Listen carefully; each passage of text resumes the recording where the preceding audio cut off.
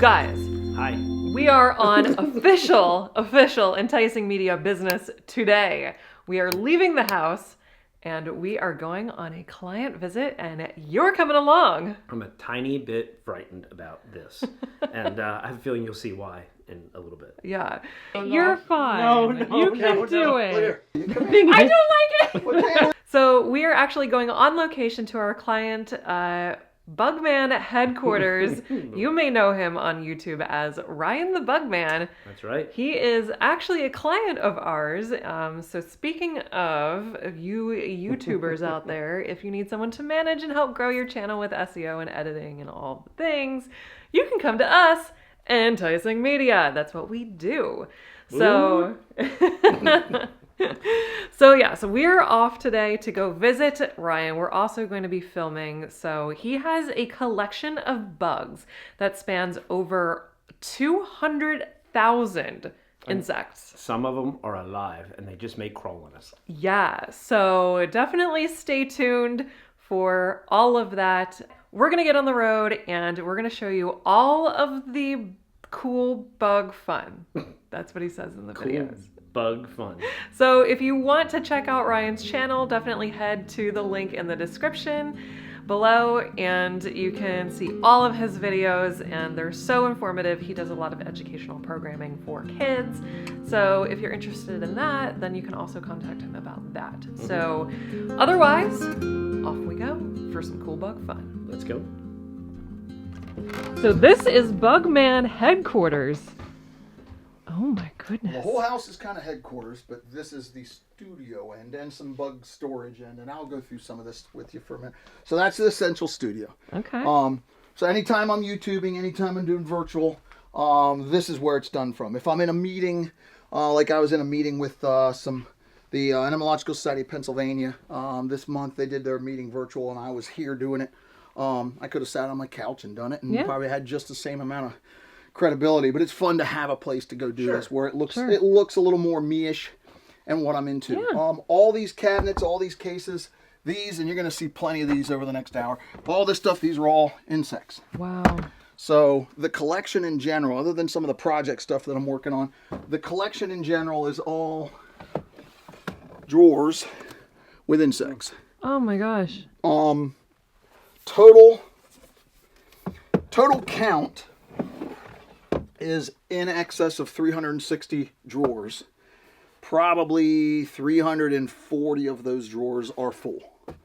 I'm now working on filling the rest of those drawers, which will take me longer than I'll be alive. And so how many insects in total do you think you have? I have to guesstimate on that because if you look at preserved stuff, preserved means not necessarily organized. It's just been pinned up, labeled, preserved, ready to go, being utilized for something.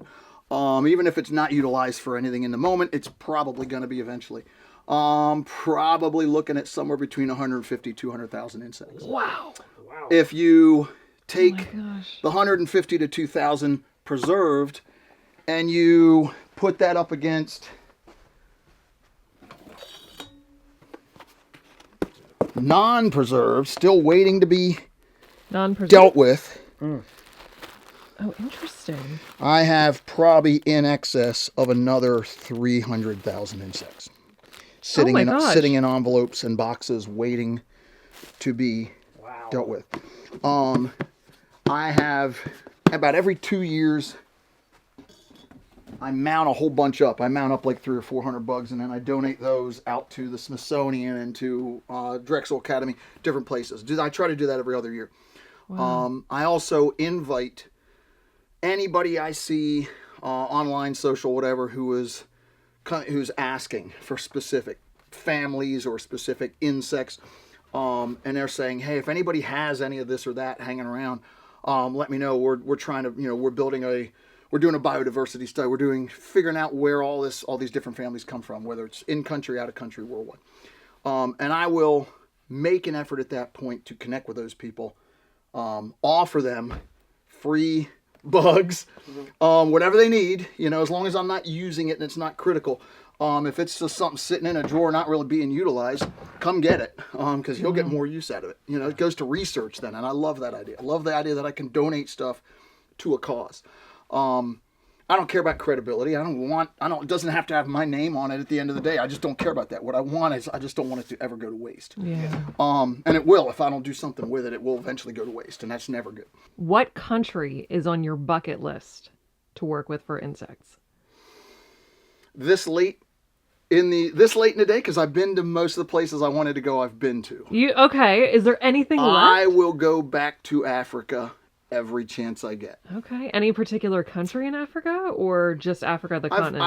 I've been to 5 countries so far in Africa. Okay. So I like going somewhere new, but I don't have to. Yeah. But I don't care. Okay. If it's safe, that's the catch now, because there's a lot of places that just aren't. Long as it's not, a dangerous place to go, yeah, anywhere in Africa, I'll settle for anywhere. I've donated probably 50% of what has been given to me out of what was a bulk collection. That's how I got these cases. I could never afford these at the time. These were donated to me with a big collection in them, and I've since donated, over the last 20 years, I've donated probably 50% of those insects that were in those cabinets, because there was tons of just duplicates. I don't need 10 of anything. I need 2. Yeah, I was going to ask you if you built these cabinets. I need males, females, and then I'm happy. Male, female, male, female, male, female. So if I have 10 or 15 of something, I'll dupe them out. He haven't lost his head. I'll dupe them out. Lost his head. Oh, he did, right there. Yeah. I'll dupe them out, and I will donate those, to Smithsonian, to Academy, to University of Mississippi, just whoever's taking bugs in the moment. It's great to see somebody that has passion about what they're doing, and it realize that something is bigger than you. And after you're long gone, like legacy. Somebody else can still get use out of this stuff, and it's still educating a different group of people. Sure, the legacy, and I'm not going to take credit for all of it, because I'm involved in it. But the legacies that have been created because of my involvement with 4-H, my business, the aspects, the business self-evolves. I didn't get into this business with anything other than just doing cool bug talks. That was it. I can do bug talks. I can go brag about bugs and talk to people, tell them how cool bugs are. I never imagined that I would be doing it in 5 states. I never imagined that I would have 5 people all over the country working for me. I never imagined that I would have a rental exhibit that bounces to museums. Never imagined I would have a YouTube channel. All this other stuff self-evolved. It's stuff that the business or the culture or the moment asked of me to do it. And I have the resources to make that happen. That's the only reason. Most other people out there, even if they're professional entomologists, don't have resources to pull all this off. I have enough resources. I have a virtual endless amount of bugs that when I hire somebody, I can train them and then resource them. I can give them everything they need to go do programs. There's one display up there, but there's all the rest. There's 12 displays. They hold 3 of those drawers. Wow. You and I are eventually going to do a whole promotional thing about this. These would travel, if necessary both, but usually only one, travels with the exhibit. Okay. It holds all the drawers. Both will travel, I'm sorry, because you'll need 36 drawers. So both will travel with this exhibit. So we basically put on a big rental truck, cabinets and all, and then drive it wherever we're going. So if How do you get them out of here? Yeah. Up the stairs? Holy crap. Yep. It's work. Heck yeah. But when Cleveland Museum of Natural History rented it last year, my kids helped me with it, 2 years ago. I brought my boys in, and they helped me take everything up and load it on the truck. We had it done in about a half an hour. Wow. Goes quick. These are super light. Okay. Yeah, they're not as heavy You as they carry look. multiple ones at a time. Well, we don't carry them full. Oh, okay. So we'll empty them. Oh, got it. Because what I'll do is, these are all from that exhibit. So a lot of these were at Cleveland Museum of Natural History. That's why they look pretty clean and precise, and the drawers there's no dust, because those were in that display at the museum. There's some other stuff here, and that's why these are pulled, because there's some other stuff here where I've already pulled some stuff from to use for other projects. But that was probably in the museum at some point. It doesn't have a label on it, so probably not. But anything with a label basically was in that exhibit at the museum. So when that goes, though, I will, depending on the focus. So like if a museum or a nature center, somebody wants to They may not even want all 12. They may just want 6. They may want 3. They may want 1. But I have the resources to customize it, whichever way they want to go. If they want just U.S. insects, I have the ability to give them 12 cabinets, 36 drawers of just U.S. insects. I have the ability to do that. Well, because I'm assuming that's true. So don't quote me, but I don't know of anybody else in the world that has an actual rental collection of worldwide to this, not only to this quantity, but also this quality. Yeah. When I send this thing out, and I put it on site, it's a good looking exhibit. And if the entity or the venue, if they put a little work into it and they paint and put up some track lighting and make some nice carpet in front of it, Oh, I bet it looks great. It's fantastic. Yeah. Oh my goodness, it's beautiful if they put a little extra effort. But most of the time they buy part of it, or they only want, they rent 1 or 2 or 3 of something, because they don't have as much room. They can't put all 12 in. We're going to the live bugs. This is the part where I get a little nervous. I don't know why. You want the basement door closed? Or? Yeah, please, thanks. Do you have any pets?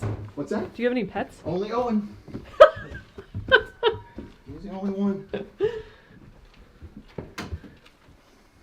Oh my goodness.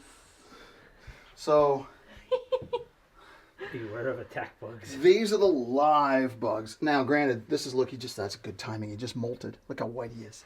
I don't want to move that. What is he? Those are cockroaches. Those are the hissing cockroaches. And when they molt, they come out pure white.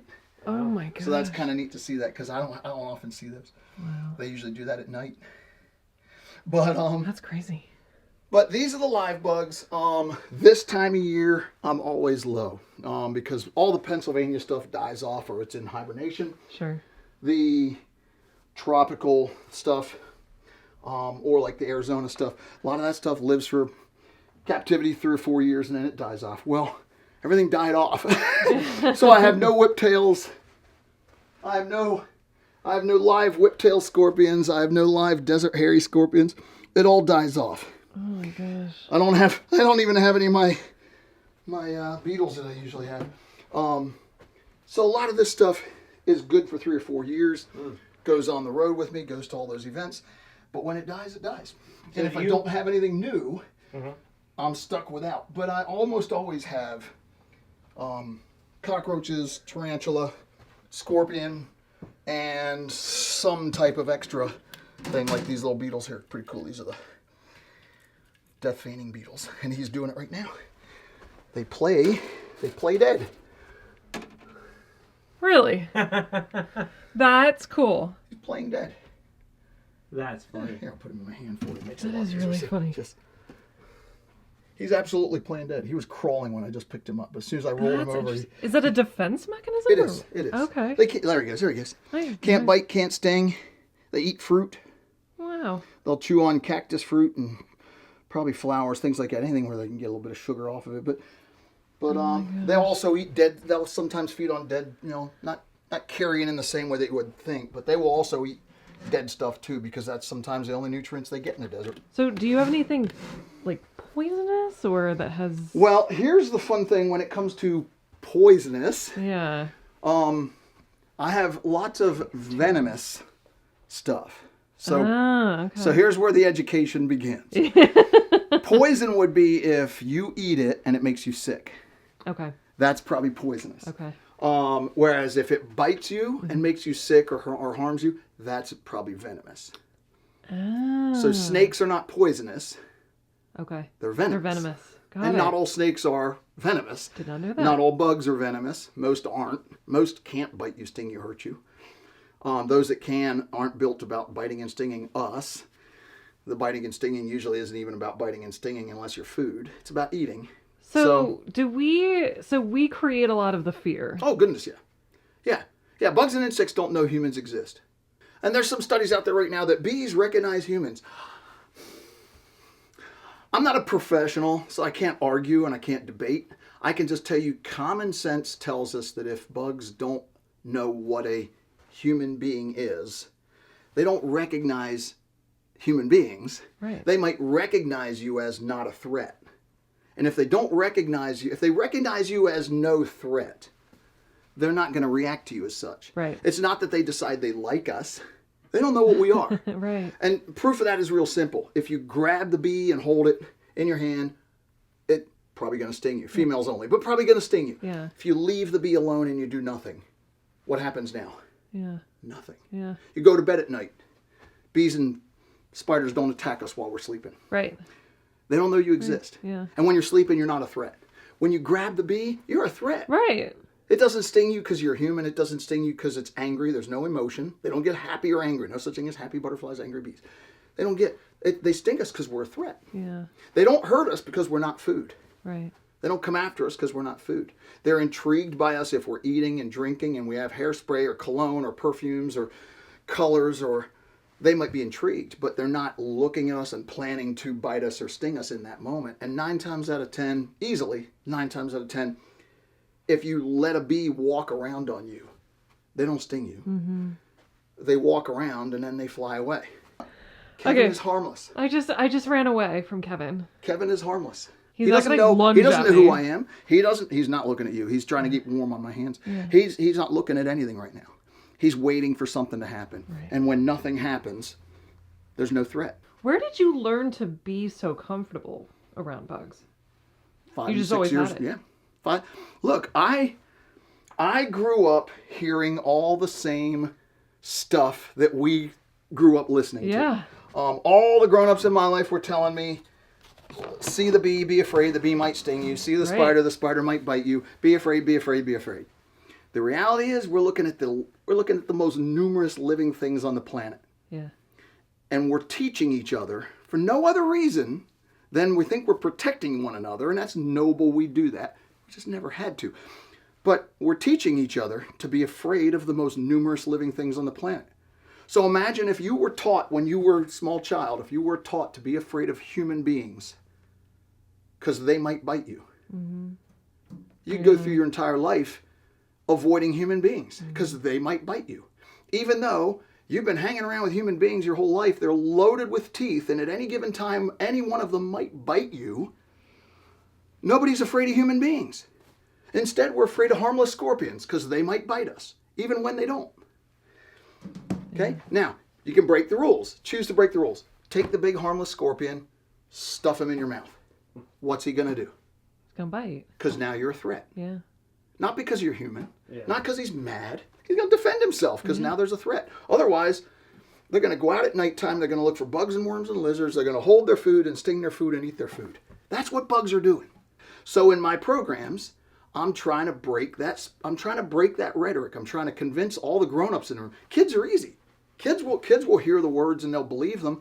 But as soon as the kids leave the room, all the grown-ups are going to start saying it all over again. Huh. So the first thing they're going to hear about is loving ladybugs, hating cockroaches, black widows are deadly, and spiders will bite you, and scorpions might kill you. Be afraid. Oh, by the way, go outside and get some nature, but be afraid of all of it. Yeah.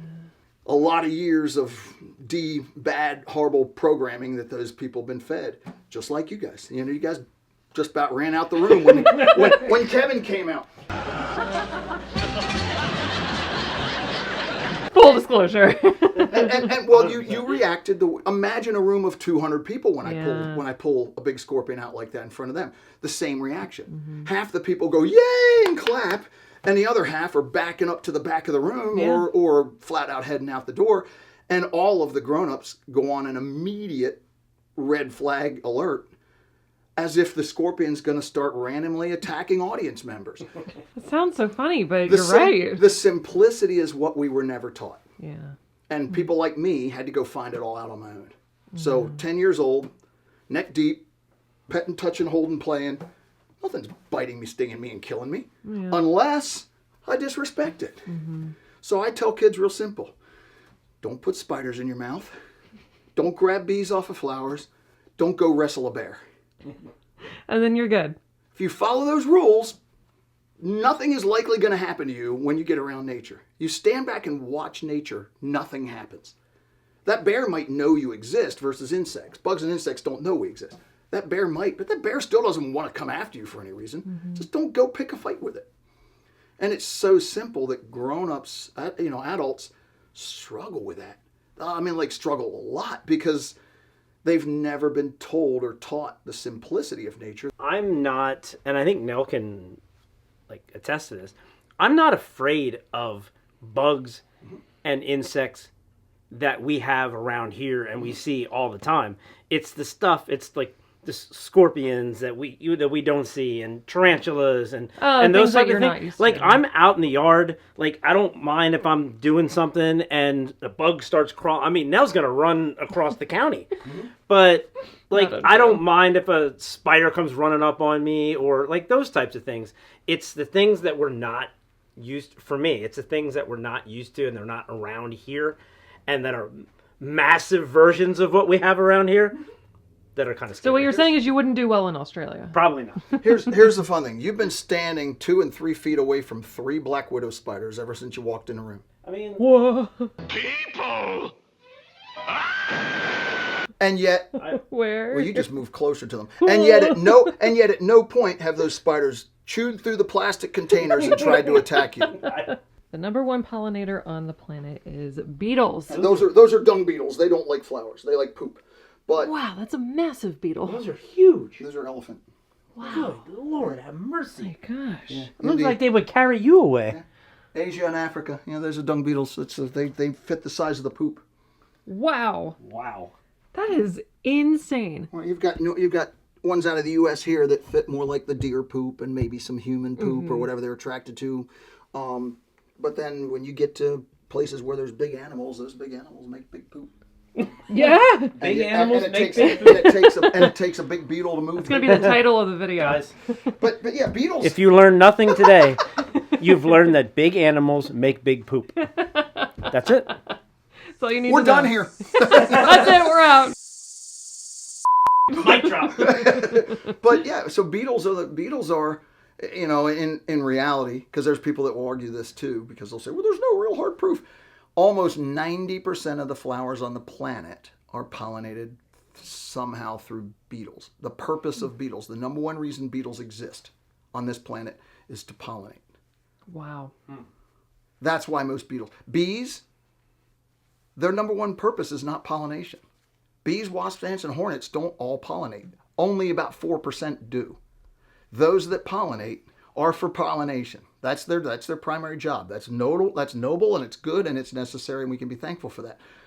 But there's birds, and there's bats, and rodents, and flies, and a bazillion beetles, bazillions other things also pollinating to kind of make up for what bees aren't doing. Yeah. But beetles do the majority of the pollination. They also clean up animal poop. They clean up dead animals. Yeah. They're in water, so they're helping clean water, and they're doing multiple jobs in the aquatics, which that video just dropped. So beetles are doing a lot of things besides just pollinating. But if you hear people talk about bees, and that's what they say, bees, they're almost always talking about honeybees.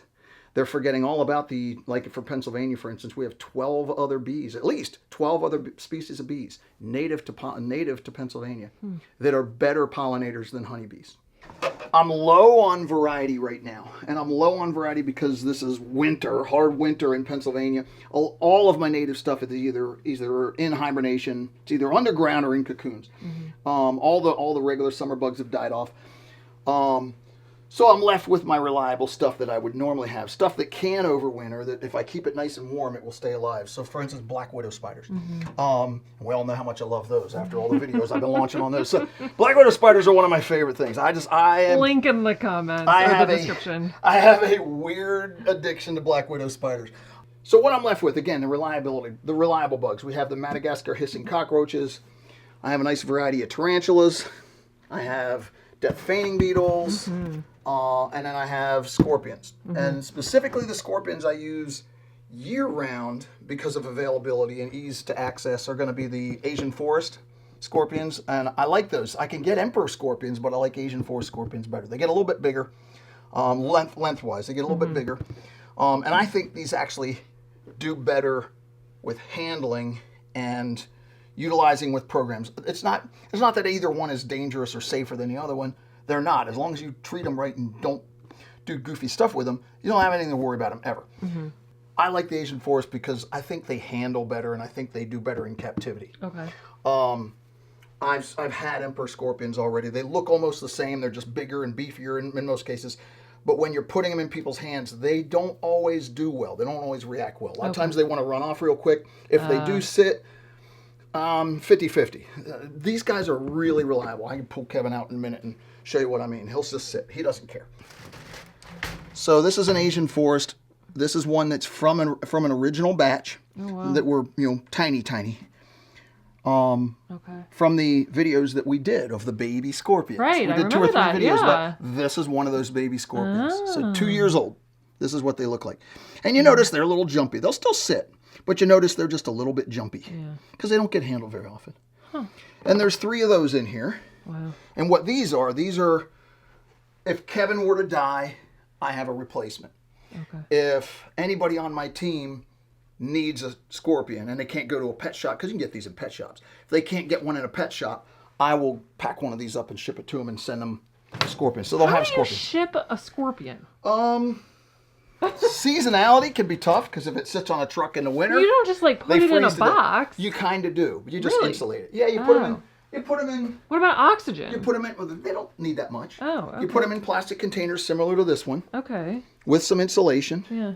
You build them a nice bed, and it's small because that way they can't get bounced around and beat up. There's a black widow in there right now. Oh. But that's a kind of, and you ship them, and you can Okay. ship them. You can ship them distances. You can keep them. You can ship them for several days. Right. Seasonality gets fun because if you ship them in the real hot part of the summer, they stand a good chance of dying on a delivery truck. If they sit too long, they cook. If you ship them in the dead of winter, they're probably going to cook either on your, or they'll freeze out either on your front porch or they'll freeze out on the truck. Yeah. Or the plane or whatever. Right. So shipping live bugs is really common. A lot of places do it. A lot of people do it. Most of these are rescues. This one was actually reared for me by a friend of mine. She hasn't been on the road yet, but she's a beautiful spider. Oh my gosh. Beautiful spiders. Again, I handle her only myself at this point. She's never been on the road yet. She's never been to a program or an event. She will eventually get enough use where I'll have her out on the road enough and she'll get handled enough that she'll calm right down. She'll be fine. They handle wonderfully when they're when they're adapted. Real word. Pepper, the Brazilian black. Pepper. Well, you took notice of the other one down there. Yeah. That's another one. Brazilian blacks are nice. They're reputable to handle. Pepper's been on the road with me a few times. She's been to a bunch of programs over the years. She hasn't been on programs yet. Oh my gosh. But you notice how she's already calming down. She's backing up? No, Or is she... no, that's her front. She's going forward. Oh, okay. My hands are a little too small for her at this point, though, because she's such a big spider. Yeah. So she's happier if I use both hands. Hi, Pepper. So she's a Brazilian black. Notorious, reputable. They handle good. Good temperaments. You don't have to worry about them. There is Penelope. How do you name them? Originally, my kids were naming them. Okay. Some of these, again, are rescues. Like Willow was a rescue from a dentist office. They had her as a sort of a pet that they kept in the back room, and then they decided they didn't want her anymore for whatever reason. So I went to there and picked her up. Penelope has been around. This girl, hundreds of thousands of people have pet and held this tarantula. Oh my gosh. She's 22 years old. Oh, wow. She's been on the road. She's been on the road with me for the better part of 19-ish. Well, let's call it 17 because she'd still be pretty small if she were that. But she was probably a little too small, in my opinion, probably a little too small for me to take her out on the road when I did. Back in the day, probably if I think hard, probably 16 or 17 years she's been on the road with me. Oh my gosh. So, wow, how long do they normally live? Females can go 30 to 35 years. Whoa. And that's an average 25 to 35 if you get into all the different species, the females. Wow. Males typically are going to go 6, 7, 8 years, 8 years max. And that's globally. That's such a difference. But if you think about it, males, typical of us, males, all they're doing, we're just running and running and running. And we're roguing it, and all we're doing is hunting females. Wow. That's all we're doing, nonstop. So the males, when it comes to tarantulas, are generally going to run themselves to death after about 7 or 8 years. The few males that I've ever been able to use with reliability, in other words, he's so easygoing and so chill. Look how fast he settles down. So how would we be able to tell the difference between a male and a female? Well, notice how small he is. I was going to say, he looks a lot smaller. So he's only about 6 or 6.5 right now, whereas she's already pushing 22. Yeah. Big and heavy, short legs. Yeah. He's all colored up. She's got color on her, but not bright colors. He's all colored up because in another, well, possibly this year, he might sexually mature where he's going to be now, he's going to start wandering for females. But until he does that, he'll sit there and he doesn't wander. He doesn't move. He doesn't get all excited. He's the only male tarantula that I've been able to use to this amount of time, to this kind of reliability, where he's nice and small and he's calm and he handles really well, to where I can take him to preschools and I can take him things where there's going to be little hands. Yeah. Whereas I can't take Jasmine, the big Brazilian black down there. That's Jasmine. She's bigger than most people's faces. So Yeah. I can't expect a preschooler to hold that spider. Wow. Whereas preschoolers, this spider fits their hands perfectly, and this spider doesn't have a problem. It'll lay there, curl up in a ball, and fall asleep. Wow. She's just more mature. This is Jasmine, mature Jasmine, Brazilian black spider. Jasmine is super Or tarantula. cool. Tarantula. Yeah.